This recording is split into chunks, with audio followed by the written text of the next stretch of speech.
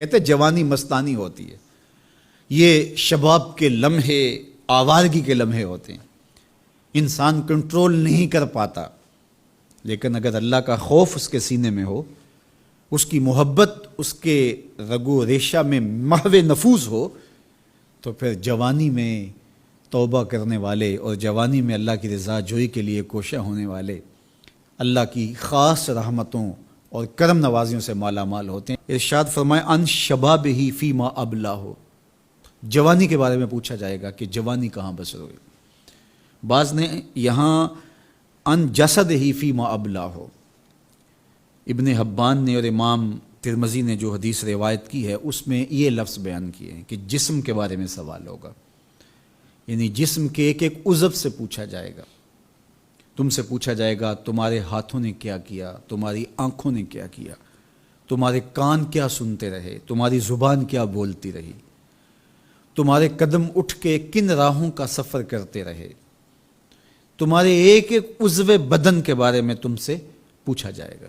عمر کا ذکر بھی ہے اور جوانی کا ذکر بھی ہے، تو جب عمر کے بارے میں پوچھ لیا گیا تھا تو پھر جوانی کا الگ سے کیوں پوچھا گیا؟ تو کہا کہ جو جوانی ہے یہ عمر کا خلاصہ ہے، اور عمومی طور پہ گناہ کی زندگی جوانی کی زندگی ہوتی ہے، اور جس نے جوانی کو سنبھال لیا اس کا بڑھاپا بھی خوبصورت ہو گیا، اور جو جوانی کو سنبھال نہ سکا تو اس کے پلے پھر باقی بچا ہی کیا۔ اسی لیے ایک روایت میں آتا ہے ان اللہ یحب الشاب التائب، اللہ تعالیٰ جل شانہ توبہ کرنے والے جوان سے بہت زیادہ محبت فرماتا ہے۔ نوجوان شخص جب توبہ کرتا ہے خوشی سے اللہ کا عرش بھی جھومنے لگتا ہے،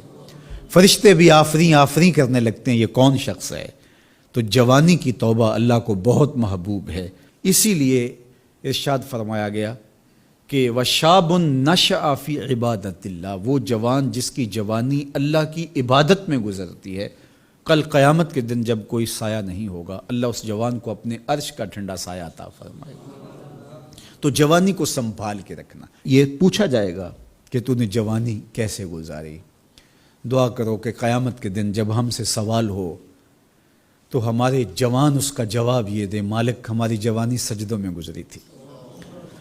ہماری جوانی تیرے دین کی نوکری کرتے ہوئے بسر ہوئی، ہماری جوانی قرآن کی دعوت دیتے ہوئے گزری، ہماری جوانی کتاب اللہ کی تعلیم حاصل کرتے ہوئے اور لوگوں تک اس کا ابلاغ کرتے ہوئے بسر ہوئی، ہماری جوانی شرم و حیا کے دائروں میں بسر ہوئی، ہماری جوانی تیرے ذکر میں، تیری یاد میں، تیری محبت میں بسر ہوئی۔ تو وہ جوان جس کی جوانی اللہ کی یاد میں بسر ہوئی ہوگی تو پھر وہ اللہ کو عرض کرے گا کہ مالک جوانی تو تھی، شباب کی جولانیاں تو تھیں، میرے معاصر میرے ہم عمر شباب کی لذتوں میں کھوئے ہوئے تھے، لیکن مالک میری پیشانی سجدے میں تیرے حضور جھکتی تھی اور میری آنکھیں تیرے حضور آنسوں کا خراج پیش کرتی تھیں، پھر میرا مالک اس جوان کو کتنی کرم نوازیوں سے مالا مال کرے گا۔ جوانوں کو جو اس وقت میرے مخاطبین ہیں میں کہوں گا کہ اپنی جوانی کو اتنا ستھرا اور پاکیزہ بنا لو کہ کل حشر کے دن شرمندگی نہ ہو کہ جوانی کو تو ہم سنبھال نہیں سکے، ہم دیوانے ہو گئے تھے،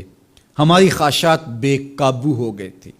ہم اپنی عصمت کے جوہر کو محفوظ نہ رکھ پائے، ہماری نظروں سے حیا اور شرم کا جوہر اڑ گیا، اور ہم آوارہ مزاج چوکوں گلیوں بازاروں اور تھڑوں کے اوپر بیٹھ کے جوانی کے قیمتی لمحے ضائع کیے۔ کہیں یہ جواب نہ دینا پڑے بلکہ اللہ کے حضور ہم یہ کہیں کہ مالک جوانی تو تھی، شیطان بھی پوری طرح سے حملہ آور تھا، لیکن ہمیں تیرے محبوب علیہ السلام کے فرامین یاد تھے، اس لیے جوانی تیری محبتوں کے سائے میں بسر